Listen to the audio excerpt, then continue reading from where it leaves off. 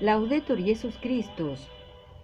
Queridos hermanos, la Iglesia siempre nos mandó con gran amor cuidar nuestra fe y mantenerla a salvo de cualquier contaminación con la herejía y incluso con aquellas desviaciones que más o menos se acerquen a ella. Nos mandaba lo siguiente: no basta evitar la herética pravedad, sino que además es preciso rehuir diligentemente los errores que más o menos se le acercan, por lo cual deben todos observar también las constituciones y decretos donde la Santa Sede ha proscrito y prohibido las opiniones pravas de este género, es decir, todo lo que se acerque a la herejía. Si esto es para todos, imagínense cuánto más afecta a aquellos que deben ser elegidos para ocupar puestos jerárquicos. Es el primer requisito para que una elección sea válida, bien hecha. No el seguir las normas estrictas del acto electivo, sino que se cumplan los requisitos para ello. Que el primero es la adhesión inquebrantable a las verdades reveladas. Y digo esto porque últimamente hay una campaña muy grande, dado que ya no se puede defender absolutamente nada de lo que enseña y hace Bergoglio. Recurren a plantear la posibilidad de que realmente sigue habiendo un papa dentro de la estructura del Novus Ordo y que ese sería Joseph Ratzinger, Benedicto XVI. Pero esto que acabo de leer también incluye a Ratzinger, como a todos los que son cultores de todas las teorías modernistas que se han difundido ampliamente, sobre todo a partir del Conciliábulo Vaticano II, llamado por Roncalli. Y todas estas personas que han tenido actuación destacada en ese conciliábulo, nunca habrían podido acceder a ello ni haber hecho después carrera en los cargos jerárquicos sin la actuación de Roncalli, sin la irrupción de Roncalli y Juan XXIII a partir de ese cónclave de octubre de 1958, en donde se desplaza a quien fue realmente elegido, el Papa Siri, y asume Roncalli, quien se encargó de abrir la puerta a todos los peritos que participaron en el Conciliábulo Vaticano II y que estaban, muchísimos de ellos, con sospecha de herejía por parte del Santo Oficio, y entre ellos Joseph Ratzinger. Ninguno de estos entonces hubiera podido continuar adelante con cargos jerárquicos si realmente no hubiera sucedido lo que sucedió en el cónclave del 58. Y todo esto que decimos, que afecta todavía a personas que están con vida, lo decimos sinceramente, hermanos, con el deseo de que abracen realmente la integridad de la fe antes de partir y de presentarse ante el Señor. Es decir, el Señor nos manda, Dios nos manda, observar los frutos y juzgar acerca de los frutos, justamente para poder discernir dónde está la verdadera doctrina y adherirnos a ella y huir de lo que se aparta de ella, como tenemos mandado. Así que voy a reenviarlos a ustedes a las conferencias del padre Ramiro Rivas, sobre todo a esta que trata sobre Joseph Ratzinger, Benedicto XVI, que están subidas, yo las he subido al canal Maranata, y tienen también la posibilidad de acceder directamente al canal Dominus Exercitum, en donde están incluso actualizadas, me han dicho últimamente, no en cuanto al contenido de las conferencias, sino en cuanto a la ilustración de las mismas. Así que les voy a dejar también el link a ello, para que vean con todo detalle cuál ha sido la actuación y la enseñanza de Joseph Ratzinger mientras era Benedicto XVI. Me voy a valer también, hermanos, del número de Chiesa Viva, número especial acerca de Benedicto XVI, que es el número 457 del año 2013 y que salió publicado en febrero del 2013, justamente días antes de que presentara su renuncia. Vayan a este número, les dejo también el link, donde tienen analizado con sumo detalle también toda su actuación, su pensamiento, su filosofía, su teología. Es muy, muy importante. Y yo quiero hacer referencia, como para dar un agregado más, a lo que él enseñaba antes de ser Benedicto XVI. Y me voy a tomar de esta obra de él, Introducción al Cristianismo, porque todavía se sigue enseñando en los sitios de formación que dependen de la estructura vaticana. Y esto es muy importante porque hay una continuidad, no ha cambiado su pensamiento. Incluso, no recuerdo yo en este momento cuál fue el año exacto en que él mandó que se reeditaran todas sus obras sin ninguna corrección, lo dijo expresamente, sin ninguna corrección. Así que lo que voy a leer acá es lo que sigue pensando. No ha sido corregido. Voy a tomar exactamente el punto que se refiere a la redención, ni más ni menos, y cómo lo conecta con el sacrificio de la misa. Porque aquellos que se presentan dentro del Novus Ordo como conservadores, como amantes de la liturgia tradicional, siempre han querido presentar a Benedicto XVI como un adalid de justamente de la liturgia tradicional. Y vamos a ver entonces cuál es su verdadero pensamiento acerca de esto. En la página 198 de este libro, Introducción al Cristianismo, nos habla acerca de esta teología de la redención, citando a Anselmo de Canterbury, figura del siglo XI, principio del siglo XII, que es el que elaboró la respuesta para conjugar el tema de la justicia divina con el amor misericordioso del Señor. Entonces, él en la página 199 dice ahora que resume la respuesta de San Anselmo de esta manera: Dios mismo repara la culpa, pero no mediante una simple amnistía, cosa que le hubiera sido posible, pero que Dios no quiso, porque no restablecería el orden desde adentro, el orden violado por el pecado, sino que esto va a ser restaurado por la encarnación del Hijo de Dios, que como hombre pertenece al género humano, pero al mismo tiempo, porque es Dios, tiene la capacidad de llevar a cabo la reparación, cosa imposible al hombre. Entonces, la redención es pues gracia, es graciosa, pero a la vez es reparación del derecho violado. Esto es lo que clarificó San Anselmo. Muy bien. Entonces dice Ratzinger: Anselmo creyó haber dado así una respuesta satisfactoria a este problema, al problema de por qué la encarnación y la cruz. Sus ideas dominaron por espacio de 1000 años en la cristiandad occidental. Voy a la página siguiente, página 200. Dice: pero aún admitiendo todo esto, nadie podrá negar que la perfecta lógica del sistema divino-humano de la justificación desfigura las perspectivas y sumerge la imagen de Dios en una luz sospechosa.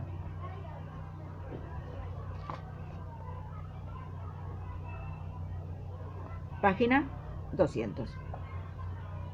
Entonces remite a el sentido de la cruz. Vamos a la página 244, donde retoma esta idea. La conciencia cristiana en general está condicionada en este problema por la concepción de Anselmo de Canterbury. Y dice: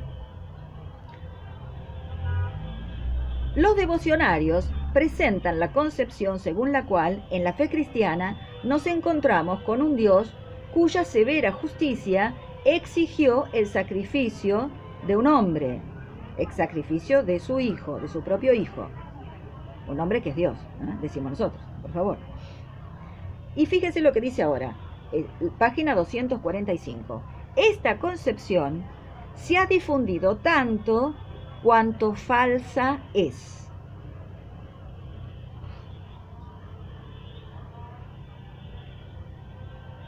Falsa.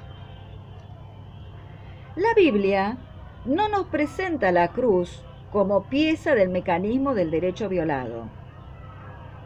Dice, la cruz en la Biblia es más bien la expresión de un amor radical. Esto, ¿saben por qué? Porque todo el modernismo quiere hacer hincapié solamente en el amor que se entrega, quitando de lado el acto mismo de ese amor redentor, que es la muerte en la cruz y el derramamiento de sangre. La víctima que se entrega hasta el derramamiento de sangre, que justamente es lo que nos salva. Así que esto es también sostenido por Joseph Ratzinger. Lo cual fíjense que es falso, porque ya nomás el que ama tanto el Antiguo Testamento, si ustedes recuerdan en el profeta Isaías, capítulo 53, hablando del Señor, Él en verdad ha tomado sobre sí nuestras dolencias, ha cargado con nuestros dolores, fue traspasado por nuestros pecados, quebrantado por nuestras culpas. El castigo, causa de nuestra paz, cayó sobre Él, y a través de sus llagas hemos sido curados. Versículo 5, capítulo 53. Yahvé cargó sobre Él la iniquidad de todos nosotros. Versículo 10.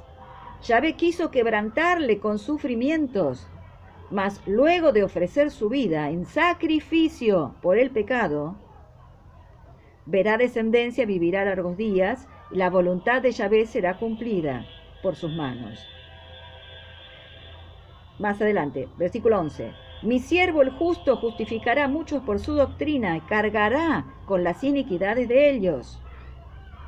Y en el versículo 12, hacia el final, por cuanto entregó su vida a la muerte y fue contado entre los facinerosos, porque tomó sobre sí los pecados de muchos e intercedió por los transgresores.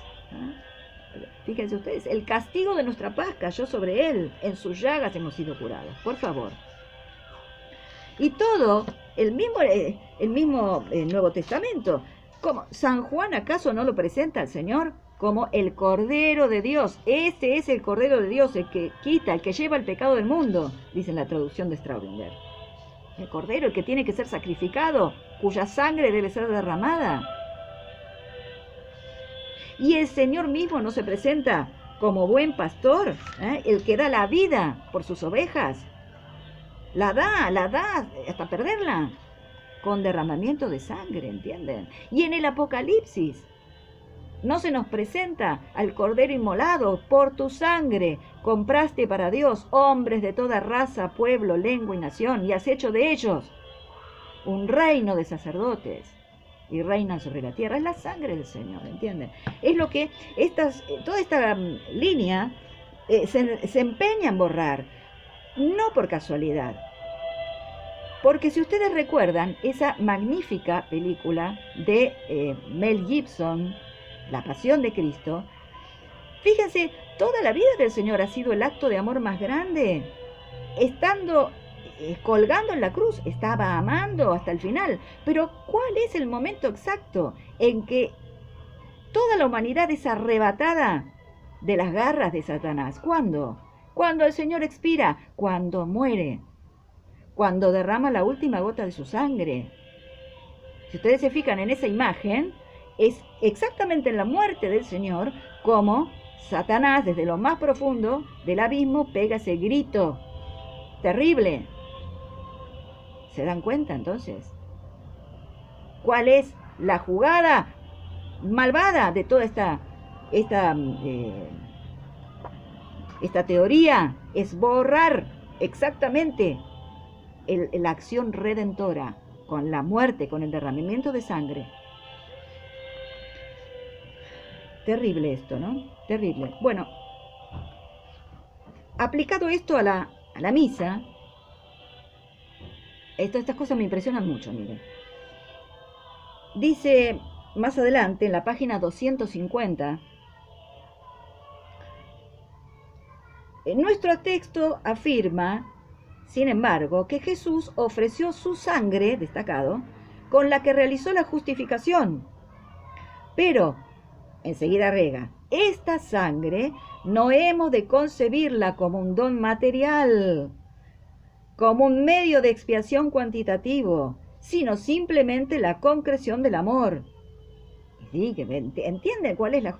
Es clarísimo cómo quieren sacar el hecho, sacar de la vista de los fieles, el hecho de que es con la muerte redentora, por supuesto llena de amor, obviamente si no, no lo hubiera hecho, nos hubiera entregado, nos hubiera encarnado, pero lo que nos salva a nosotros es esa sangre derramada. Eso es lo que vence a Satanás. ¿Ven? Y enseguida se va a tratar de la esencia del culto cristiano. Presten atención a lo que dice acá. La esencia del culto cristiano no es pues el ofrecimiento de cosas, ni la destrucción de las mismas, como a partir del siglo XVI afirmaban las teorías del sacrificio de la misa. El acontecimiento de Cristo y su explicación bíblica ha superado todos esos ensayos de ilustración. Está ahí.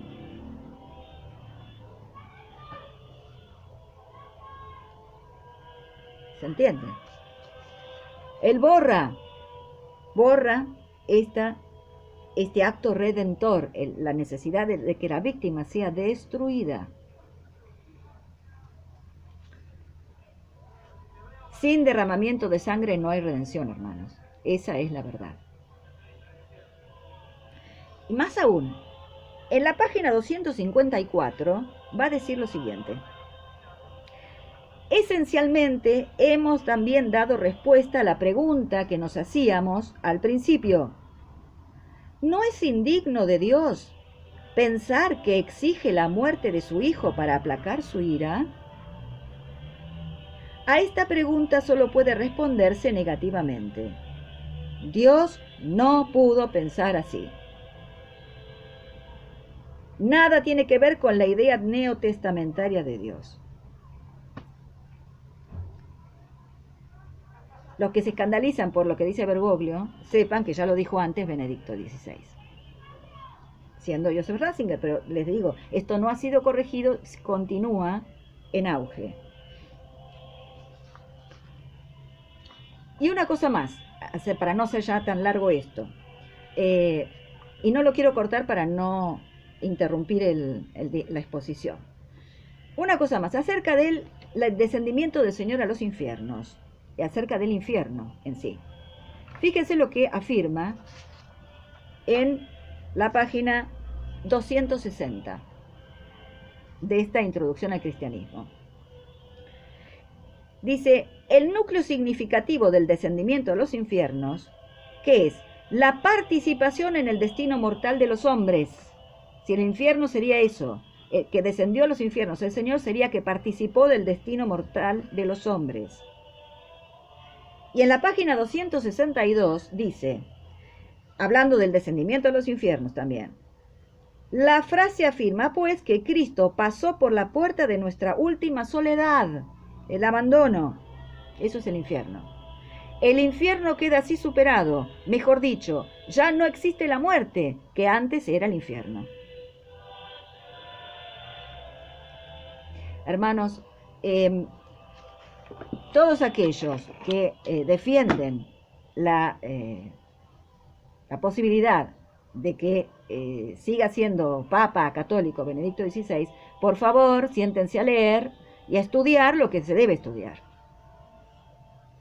Repito, les deseamos a todos, los que están con vida, e inclusive, por supuesto, a Joseph Ratzinger, que abracen la verdadera fe antes de partir.